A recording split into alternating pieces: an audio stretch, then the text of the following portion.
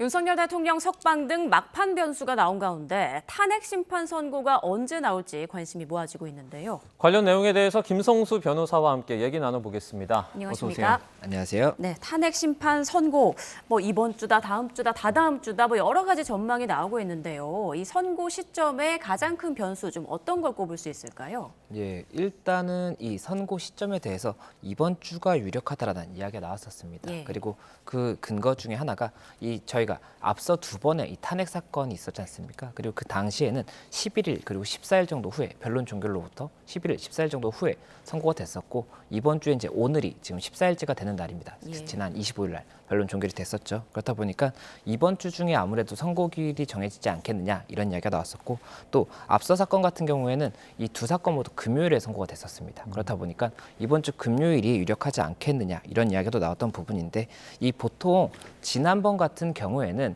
2일 또는 3일 정도 전에 선고일이 이제 언제가 될 것이다라는 이 이야기가 있었는데 이번 같은 경우에는 아직까지도 선고일에 대한 이야기가 없다 보니까는 지연이 되는 것 같다 이런 이야기가 나오는 것이고 그리고 이에 대해서 여러 가지 지금 추측이 나오고 있는데 그 중에 하나는 최근에 이제 윤석열 대통령이 구속 취소의 결정이 있었지 않습니까? 예. 그렇다 보니 이 당시에 그 기재돼 있는 법 논리에 대해서 윤 대통령 측이 추가로 주장한 이런 부분들에 대해서 추가 평의가 이루어지는 것이 아니냐 이런 이야기도 있는 것으로 보이고 또 한 가지가 이 사실관계에 대해서 국회 측이 주장하고 있는 사실관계와 윤 대통령 측이 주장하고 있는 사실관계가 굉장히 첨예하게 갈립니다. 그렇다 보니 이 부분에 대해서 이 재판관들이 각각 사실관계를 인정함에 있어서 어떠한 증거를 근거로 할 것인지 그리고 또 이 증거 능력이 법적으로 어디까지 인정되는 것이 타당한지 이런 부분들에 대해서도 아무래도 여러 가지 논의가 필요한 부분이 있을 것으로 보이고 또 이 탄핵에 대해서 헌법이라든지 법률을 위반한 부분이 있는 것인지에 대해서도 법리를 어떻게 적용할 것인지와 해석할 것인지 이런 것들도 논의를 해야 됩니다. 그리고 마지막으로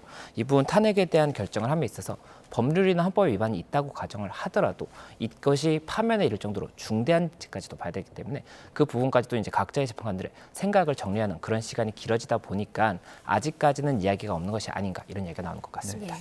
선고기일 통지가 예컨대 조금 더 이렇게 다급하게 하루 전이라든지 몇 시간 전이라든지 이렇게 통지될 가능성도 있습니까? 예, 이 선고일 안내에 관해서도 아무래도 그런 추측도 나오는 것 같습니다. 네. 그 이유가 지난번에 이 서울 서부지법의 이 사태라든지 이런 경우가 있었기 때문에 아무래도 이번 헌법재판소의 선고 당시에도 여러 가지로 우려가 되는 상황이 많이 있는 것으로 보입니다. 네. 그렇다 보니 헌법재판소에서도 이 선고일을 조금 더 미리 알리기보다는 선고 직전에 알릴 가능성이 있는 것이 아니냐 이런 얘기가 나오는 것이고 그렇다 보니 만약에 이번 주 금요일이라고 가정을 한다라고 한다면 전날인 목요일이라든지 아니면 당일의 오전이라든지 이렇게 지정을 이제 안내를 하는 것이 아니냐 이런 이야기까지 나오고 있어서 그 부분에 대해서도 아직까지 여러 가지 변수가 있는 것으로 보이고 다만 지금 헌재 내부에서 어떠한 의견이 있는 것인지에 대해서는 아무도 알 수가 없는 상황이지 않습니까? 예. 그렇다 보니 그에 대해서는 그냥 추측만 나오고 있는 상황이다 이렇게 말씀드릴 수 있을 것 같습니다. 네, 네. 지난달 25일에 변론이 종결된 이후 재판관들은 지금 매일 평일을 이어가고 있는 걸로 알려져 있는데 자 그렇다면 탄핵 심판 선고 전까지 또 어떤 절차가 남아 있는 건가요? 예, 말씀드렸던 것처럼 이제 평일을 이제 진행을 하면서 이 사실관계라든지 법리 이런 부분들에 대해서 각 재판관들이 서로 간의 이 의견을 제시하는 이 과정을 거칠 겁니다. 그리고 어느 정도 이 각각의 재판관들이 이 사건에 대해서 사실관계, 법리 그리고 중대성에 대한 의견을 정리했다라고 한다면 이것에 대해서 이 주심 재판관이 가장 먼저 의견을 제시하고 그 다음에 이 후임 재판관들 그러니까는 이 나중에 선임된 재판관들의 순서로 의견을 개진을 합니다. 그리고 마지막에 이 재판장이 이 부분에 대한 의견을 개진하는 것으로서 순서에 대해서 의견을 개진을 하고 이것을 통해서 이제 표결을 하게 됩니다. 표결을 해서 이 부분에 대한 이 찬성인지 반대인지 그리고 그 근거는 무엇인지에 대한 표결을 하게 됩니다. 그러고 나서 이 표결에 근거해서 결정문 초안이 작성이 되고 예. 이 초안에 대해서 그대로 기재가 되어 있는지를 다시 한번 확인한 다음에 확정이 되는 그런 절차를 거칠 것이기 때문에 이 부분들에 대해서 아무래도 여러 가지로 굉장히 많은 고심을 하고 있다 이렇게 보이는 부분이 있고 또 그리고 지금 현재 이 선고 전에 다른 사건들에 대한 진행이 없지 않겠느냐라는 이야기가 나왔었는데 지금 곧 다른 사건들에 대한 선고도 예정을 하고 있다 이런 예. 얘기도 나오다 보니까는 네. 지금 현재 이 기간 내에 지금 현재 윤석열 대통령의 사건 외에 다른 사건들에 대한 평의도 같이 진행하고 있구나 이런 것까지도 저희가 엿볼 수 있는 상황이 아니었나 생각이 됩니다. 다른 선고 말씀해 주셔서요. 이제 헌재가 13일, 그러니까 내일 모레 목요일입니다. 이창수 서울중앙지검장 등 검사 3명 그리고 최재 감사원장에 대한 탄핵 심판 선고를 하기로 했는데 원래는 윤 대통령 선거 다음에 나올 수 있다라는 의견이 많았었는데 이게 좀 달라졌거든요. 이유가 어떻게 될까요? 예, 맞습니다. 지금 말씀 주신 것처럼 이 이창수 서울중앙지검장 등 검사 3명 그리고 최재 감사원장에 대한 탄핵 사건의 선고가 13일로 이제 지정이 됐습니다. 네. 오전 10시에 선고하겠다 이렇게 이야기가 됐는데 이 부분 관련해서 이 말씀 주신 것처럼 윤 대통령의 사건 이후에 선고될 것이 아무래도 조금 더 유력하다 이런 이야기가 나왔던 것이 이 18일까지 헌재가 사건에 대한 일정을 잡지 않았습니다. 네. 그렇다 보니 18일까지 아마 윤 대통령의 사건에 집중하고자 하는 것이 아니냐 이런 이야기가 나왔고 그렇다 보니 윤 대통령의 사건 외의 사건들은 그 이후에 선고될 가능성이 높지 않느냐 이런 얘기가 나왔던 부분인데 지금 이 13일에 선고가 되는 것이 이야기가 나오면서 이 기간 동안에 윤 대통령 사건 외의 사건들에 대해서도 검토가 이루어졌구나라는 것을 알게 됐던 그런 부분이 있었고 그리고 실제로 사건의 이 순서를 보면 이 윤 대통령의 사건 같은 경우에 탄핵 소추의 의결이 12월 14일에 됐습니다. 네. 그런데 이 사건들 같은 경우에는 12월 5일에 탄핵 소추안이 이제 통과가 됐었고 그리고 실제 종결 자체도 윤 대통령의 경우에는 지난달 25일에 종결이 됐는데 이 최재 감사원장 같은 경우에는 12일에 종결이 됐고 또 이창수 중앙지검장 등 검사 3명에 대한 이 사건도 24일에 종결이 됐기 때문에 종결 자체도 조금 더 빨랐습니다. 네. 그렇다 보니 그런 부분을 반영해서 조금 더 먼저 선고가 되는 것이 아니냐 이런 이야기가 나오는 것 같습니다. 네, 네. 그러면 한덕수 총리 탄핵 심판 선고는 어떨까요? 그러니까 윤 대통령 선고보다 먼저 나올 것이냐, 동시에 나올 가능성도 있다 이런 얘기도 있던데요. 예, 맞습니다. 이 한덕수 총리의 이 탄핵 사건에 대해서도 여러 가지 관심을 저희가 갖는 이유가 한덕수 총리가 만약에라도 탄핵이 되지 않고 이 직에 복귀한다라고 한다면 그때는 권한대행의 이 직이 다시 한덕수 총리로 넘어오게 됩니다. 그렇게 되면 결국에 한덕수 총리의 이 권한대행 업무와 관련해서 이 마은혁 재판관 후보의 임명에 관한 부분이 다시 한번 이슈가 될 수가 있기 때문에 이런 부분 관련해서 그 시점이 관심을 받는 부분이 있고 또 한 가지 이 시점에 대한 관심이 있는 것이 한덕수 총리에 대한 이 혐의들 중에는 내란과 관련한 혐의가 명시가 되어 있습니다. 네. 그러면 그 판단을 통해서 헌재에서 현재 이 내란 혐의와 관련해서 어떻게 사실관계를 보고 있느냐 이것 자체에 대해서도 쟁점이 될 수가 있기 때문에 이것이 윤 대통령이 주장하는 계엄으로 볼 수 있는 것이 정당한 계엄으로 볼 수 있는 것인지 아니면 국회 측에서 주장하고 있는 내란으로 볼 수 있는 것인지에 대한 쟁점을 추측할 수 있는 그런 부분이 있다라는 이야기가 나와서 이에 대해서도 여러 가지 관심을 갖는 것이고 그렇다 보니 헌재에서는 이 내란이라든지 이런 혐의에 대한 주장에 대한 것에 판단을 동시에 하는 것을 조금 더 안전하게 볼 가능성이 있다 이런 이야기가 나오다 보니까는 동시 선거도 가능하다 이런 이야기가 나오는 것으로 보이는데 지금 현재 헌재에서도 이 부분 관련해서 어떻게 판단할지는 아직까지도 명확하게 정해지진 않았지 않을까 생각을 하고 있습니다. 네.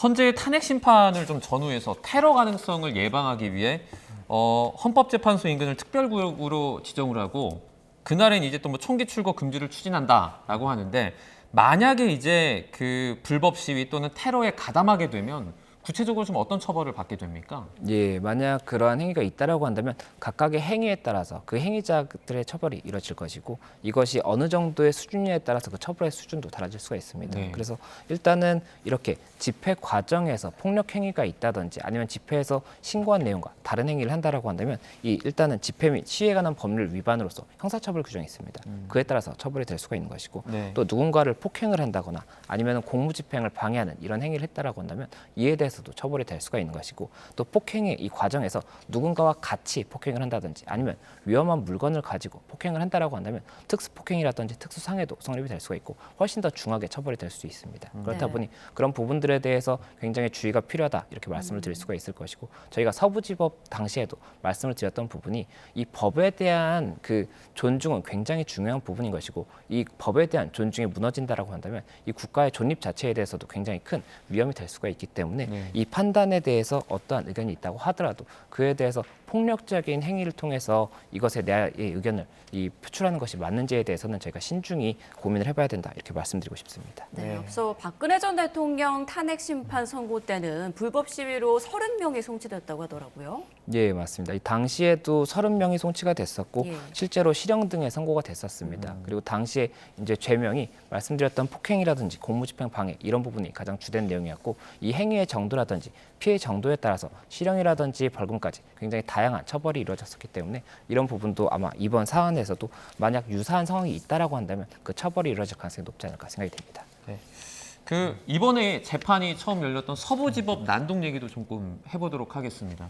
그 부분은 지금 재판이 좀 어떻게 진행되고 있습니까? 예, 일단 지금 최근까지 알려졌던 내용이 60여 명 정도가 이제 송치가 됐었다라는 이야기가 있었고 이제 네. 재판에 넘어갔다 이런 이야기까지 있었습니다. 그리고 구속된 구속된 피해자라든지 피고인도 상당수가 있었던 것으로 보이는데 이제 첫 재판이 열렸고 이 전체 인원들에 대한 재판이 아니라 일부 인원들에 대해서 먼저 열렸다라고 볼 수가 있습니다. 그래서 네. 이와 관련해서 이 사실관계에 관해서도 일부 다툼이 있었던 것으로 보입니다. 이 각각의 행위자가 뭐 폭행이라든지 그 혐의가 있지 않습니까? 그러면 내가 이 각각의 행위에 대해서 나는 뭐 폭행을 한 것이 없다라든지 아니면은 이 폭행의 결과가 발생한 것으로 보이지만 오해가 있다라든지 이런 것들에 대한 주장을 하는 것으로 보이는 부분이 일부 있는 것으로 보이고 또 그 과정에서 이 행위를 한 그 경위에 대해서도 여러 가지 다툼을 하고 있는 것으로 보이기 때문에 우선은 이에 대해서 각각의 사실관계를 정리하고 그 근거가 되는 증거가 무엇인지를 정리하는 이런 부분이 있을 것으로 보이고 또 이에 대해서도 법리적으로 실제 형법상에 이런 죄들이 적용될 수 있는지를 판단하는 절차를 거칠 것이기 때문에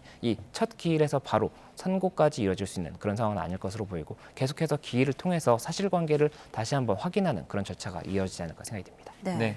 자, 그리고 이재명 대표의 재판. 자, 오늘 있는데요. 잠시 뒤 이제 이재명 대표의 위증교사 혐의 2심 재판이 열립니다. 1심에서 이제 무죄 선고가 난 지 한 100여일 만에 열리는 건데 오늘 항소심 사건 첫 공판 준비 기일이잖아요. 참석할 의무는 없는 거죠? 네, 맞습니다. 이 공판 준비 기일 같은 경우에는 이 피고인이 참석할 의무는 없습니다. 그리고 공판 준비 기일에서 진행되는 부분은 사건의 쟁점 그리고 이 증거에 대해서 어떻게 진행을 할 것인지 이런 것들을 이 검찰과 이 피고인의 대리인, 변호인이 이제 이 부분에 대해서 각각 다투는 절차를 거치기 때문에 오늘 일단 이 쟁점에 대해서 어떻게 진행할 것인지에 대한 큰 틀을 잡는 그런 절차라고 볼 수가 있습니다. 네. 그리고 검찰에서는 지금 현재 이 사건이 무죄가 선고됐던 사건이기 때문에 아무래도 검찰에서는 이 부분 관련해서 위증 교사에 대한 뭐 고의라든지 이런 1심에서 인정이 되지 않았던 부분들에 대해서 어떻게 증명할 것인지에 대한 여러 가지 주장을 펼치지 않을까 생각이 됩니다. 네, 지금 위증교사 혐의 2심 재판인데 변호사님이 보셨을 때는 어떤 부분이 가장 큰 변수라고 좀 보세요? 예, 일단은 1심에서도 결국에는 위증에 대해서 이 김진성 씨, 위증을 했다고 인정했던 김진성 씨에 대해서는 벌금이 선고가 됐었고 네. 다만 위증 교사 혐의를 받았던 이재명 대표에 대해서는 무죄가 선고가 됐었습니다. 그리고 당시에 이 논리 중에 위증 교사에 대한 고의라든지 이런 기대 가능성이 없었다. 이런 부분들에 대한 이 판단이 있었기 때문에 이 검찰에서는 말씀드렸던 이런 무죄의 사유가 됐던 부분들에 대해서 그것이 실제 사실과 다르다는 것을 증명하기 위한 다른 증거를 제출할 가능성이 있을 것으로 보이고 또 네. 하나 이 위증 교사에 대한 법리적인 해석에 대해서도 만약에라도 대법원의 판례와 배치되는 부분이 있다라고 한다면 이런 것들을 중점적으로 언급할 가능성이 있지 않을까 생각이 됩니다. 네, 네. 그리고 오전에는 대장동 사건 공판도 있었는데 재판부가 교체됐더라고요. 그러면서 이제 증인신문 등 녹취록을 다시 확인하는 절차가 이어졌는데 좀 설명을 해주실까요? 예, 이 대장동 사건 같은 경우가 지금 현재 계속해서 굉장히 기일이 많이 진행이 되고 있습니다. 예. 그리고 재판부가 최근에 변경이 됐습니다. 그러면 이 재판부가 변경이 된다는 것은 이 사건을 검토하고 있던 판사분들이 다 변경이 된 거지 않습니까?